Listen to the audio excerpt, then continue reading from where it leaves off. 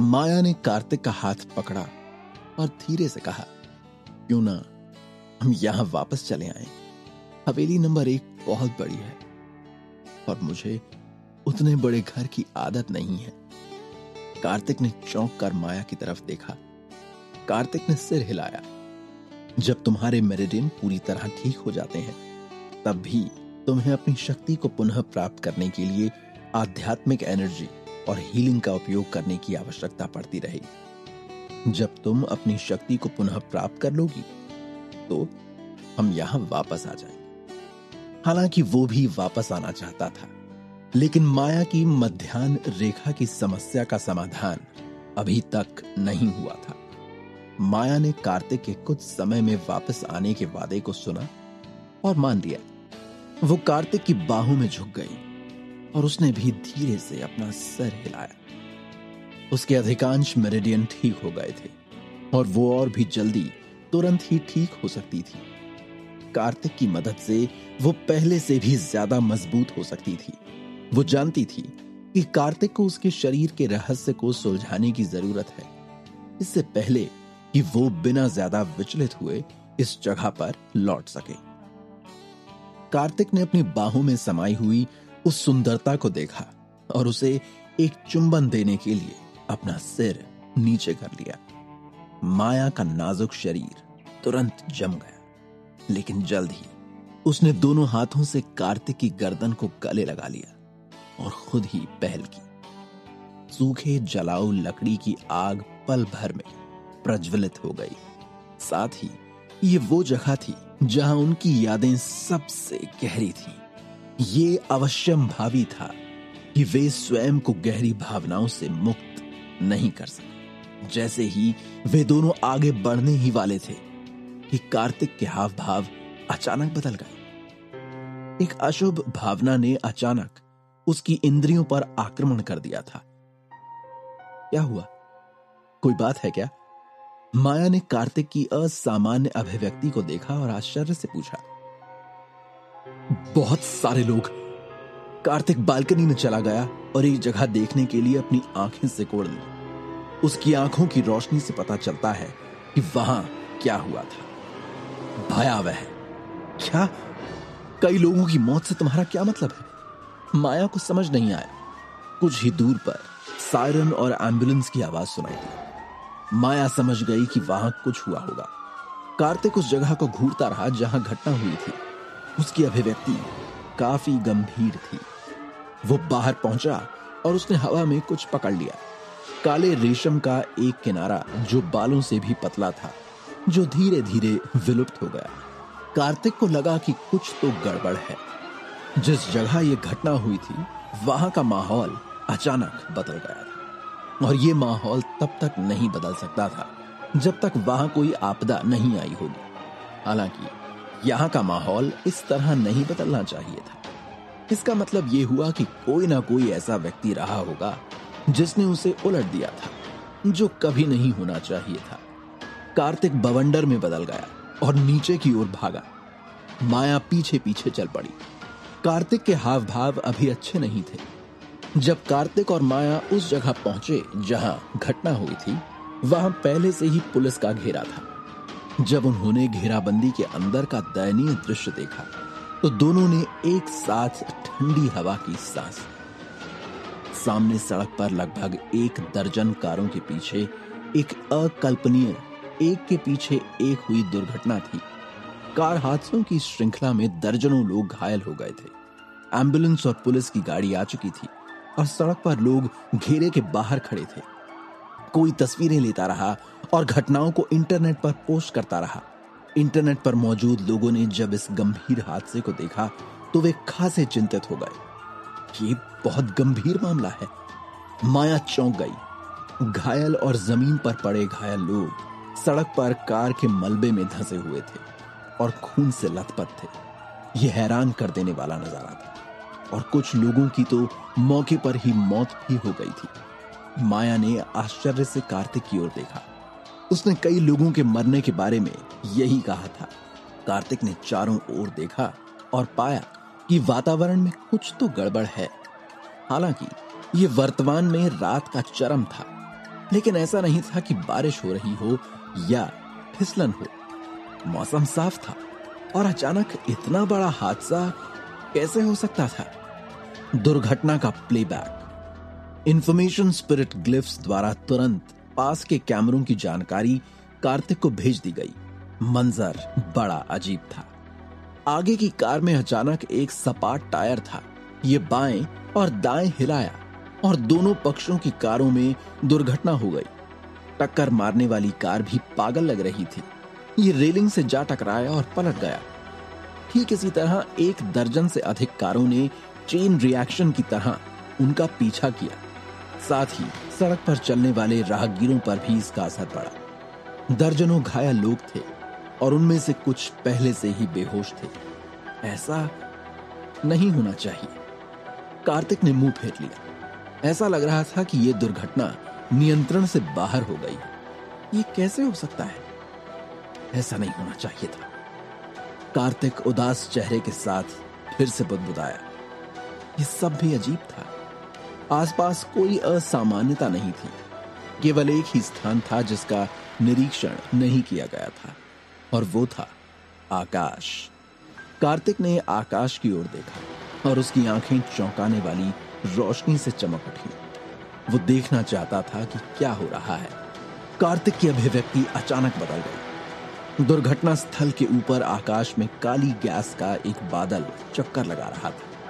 काली gas के बादल के चारों ओर ऊर्जा के धब्बे उसमें विलीन होते रहे। जब कार्तिक ने अपना ध्यान केंद्रित किया और इसे स्पष्ट रूप से देखा तो वो तुरंत क्रोधित हो गया। ऊर्जा के वे स्थान वे लोग थे जिनका एक्सीडेंट हुआ था। वे उनकी आत्माएं थीं। उनकी आत्मा लगातार काली एनर्जी खा रही थी। तो क्या यह बात थी जिसने ऐसा किया? कार्तिक ने दांत पीस लिए। काली गैस का यह द्रव्यमान ही इस भयानक कार दुर्घटना का कारण बना जो नहीं होना चाहिए था। नहीं, हम इस काले जन ग्रुप को लोगों की आत्मा को निगलने नहीं दे सकते। कार्तिक ने तुरंत निर्णय लिया और कार दुर्घटना के दृश्य को कवर करते हुए और डोमेन के नियमों को बदलते हुए उसने तुरंत अमर सम्राट डोमेन खोल दिया। जो आत्माएं उठती रहीं, वे तुरंत अपने शरीर में वापस लौट आईं। दूसरे शब्दों में, वे अभी तक मरे नहीं थे, परंतु उन्हें बचाने की आवश्यकता थी। कार्तिक को चैन नहीं आया जब उसने देखा कि आत्माएं एक एक करके अपने शरीर में लौट रही हैं। अगर उसने उन्हें जल्दी से नहीं बचाया तो उनकी आत्मा अभी भी खाई जाएगी। चलो अस्पताल चलते हैं। बहुत सारे लोग हैं जो अभी भी मरे नहीं हैं। कार्तिक ने अस्पताल जाने की योजना बनाई। वो इन निर्दोष लोगों को मरने नहीं दे सकता। जैसे ही वो पलटा, काले बादल से एक क्रोधित गर्जना आई। कार्तिक अचानक अपने ट्रैक पर रुक गए। उसकी अभिव्यक्ति नाटकीय रूप से बदल गई। एक स्पेस आर्टिस्ट के रूप में माया को भी कुछ असामान्य होने का आभास हुआ, लेकिन उसने आसमान में काली गैस पर ध्यान नहीं दिया। मूल रूप से साफ रात का आकाश अचानक काले बादलों से भर गया और ठंडी हवा ने कहर बरपाया। साधारण लोग केवल अपने पीछे चल रही ठंडी हवा के झोंके को महसूस कर सकते थे, जिससे वे कांपने लगे। लेकिन कार्तिक ने जो महसूस किया वो ये था कि काली गैस के उस द्रव्यमान के भीतर एक बहुत ही भयानक बात थी। काली गैस से भयंकर गर्जना हुई। काली गैस में बात, या यूं कहें किसी प्रकार का प्राणी था। उसने देखा कि उसका भोजन अचानक गायब हो गया था और वो ब्लैक होल घूमने लगा, जो एक घने ब्लैक होल में बदल गया, जैसे किसी दानव का मुंह हो। ब्लैक होल के चूषण बल ने वास्तव में कार्तिक के अमर सम्राट डोमेन को प्रभावित किया था। कार्तिक के अमर सम्राट डोमेन द्वारा दबाई गई आत्मा गलत तरीके से ब्लैक होल की तरफ बढ़ने लगी। ये ठीक नहीं है। कार्तिक ने अमर सम्राट डोमेन को उसकी अधिकतम सीमा तक धकेल दिया और उसके शरीर से निकलने वाली आत्माओं को ब्लैक होल में वापस धकेल दिया। यदि ये अतीत में होता तो अमर सम्राट डोमेन में ऐसी स्थिति कभी नहीं होती। लेकिन अब कार्तिक की ताकत कमजोर थी। काली गैस में मौजूद जीव उसे प्रभावित कर सकता है। इसका मतलब केवल यह हो सकता है कि यह प्राणी कार्तिक से ज्यादा मजबूत था।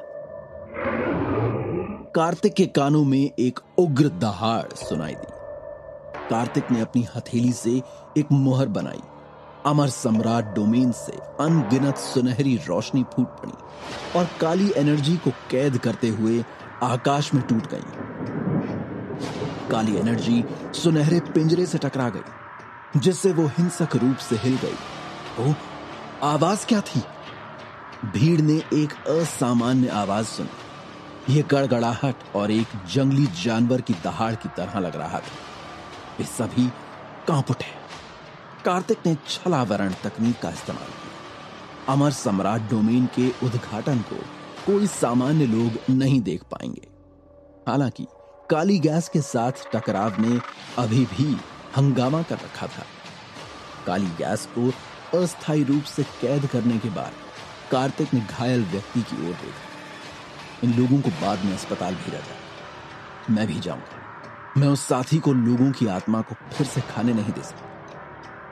कार्तिक जल्दी से वहां से निकल गया और नजदीकी अस्पताल में आ गया। Pune city, Pune first hospital में यह सबसे अच्छा अस्पताल बन गया। कार दुर्घटना में सभी लोगों को यहां भेजा गया था। इतनी बड़ी आपदा आने के साथ ही अस्पताल में आपात स्थिति पैदा हो गई थी। जो लोग घायल हुए थे वे सभी दुख या दहशत में चिल्ला उठे। कार दुर्घटना में घायल हुए दर्जनों लोग दर्द से कर्राह उठे। वहां डॉक्टर, परिवार के सदस्य और अन्य लोग भी चिल्ला रहे थे। अस्पताल में पहले सन्नाटा पसरा था, जो अब एक शोर शराबे के माहौल में बदल चुका था। कुछ लोगों को अब बचाया नहीं जा सका, क्योंकि उनकी आत्मा काली गैस में जीव द्वारा खा ली गई थी। उन्हें बचाया नहीं जा सका। उसी समय एक मेन डॉक्टर घबराए हुए भाव के साथ आया। वो चिल्लाना नहीं भूला, इमरजेंसी ट्रीटमेंट इमीडिएटली। लेकिन डॉक्टर सेन, हमारे पास इनफ मैन पावर नहीं है। डॉक्टर सेन तुरंत चिल्लाया, तो फिर अन्य विभागों के लोगों को आने और सहायता प्रदान करने की व्यवस्था करो। विशेष समय के दौरान स्थिति अर्जेंट है। लगभग सभी डॉक्टर व्यस्त होने लगे। पूरा परामर्श भवन अब लोगों से खचाखच भरा हुआ था। मरीज, परिवार के सदस्य, ट्रैफिक पुलिस और पुणे सिटी का पहला अस्पताल तुरंत लोगों से उबल गया। शोरगुल और अराजक कदमों ने कार्तिक को समय की याद दिला दी, जब वो भी एक डॉक्टर था। उन्होंने भी इस तरह का अनुभव किया था। वो एक घायल व्यक्ति के पक्ष में आया। जैसे ही वो घायल व्यक्ति को छूने ही वाला था कि उसके पीछे से एक डॉक्टर की दहाड़ आई। तुम क्या कर रहे हो?